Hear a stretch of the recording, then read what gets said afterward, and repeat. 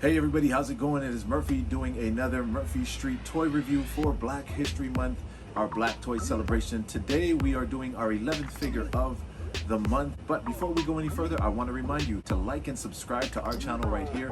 Also, I want to remind you to hit that notification bell so anytime that we do drops like this, you know when our next post is coming out. All right, so tonight we are going to talk about one of my favorite rappers all time. Born Christopher George Latour Wallace, the Notorious B.I.G.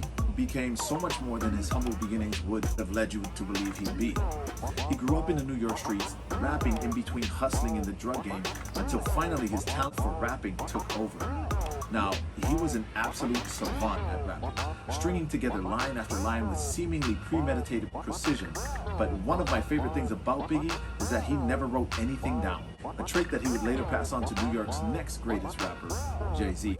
Considering his deep history in rap and hip-hop, I have to be honest, I'd be lying if I didn't say to know that he only had 2 albums that he actually dropped himself didn't fully surprise me. His only 2 albums that he did release were Ready to Die in 1994 and Life After Death, an amazing double CD. If you haven't heard it, definitely check it out, but an amazing double CD in 1997. The fact that his murder is still considered an assassination by many doesn't submarine the fact that he's considered one of the greatest rappers of all time, if not the greatest rapper of all time, and one of my top 2 favorites of all time, alongside his West Coast counterpart, Tupac Shakur. So when Funko announced that they'd be dropping the Ready to Die album cover for their PoP album series, I knew that it was going to be one that I had to have.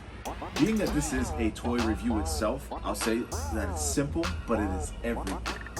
It brings to life one of the covers of an album that I'd listened to all through high school and through college, so maybe I'm biased, but I give it an A.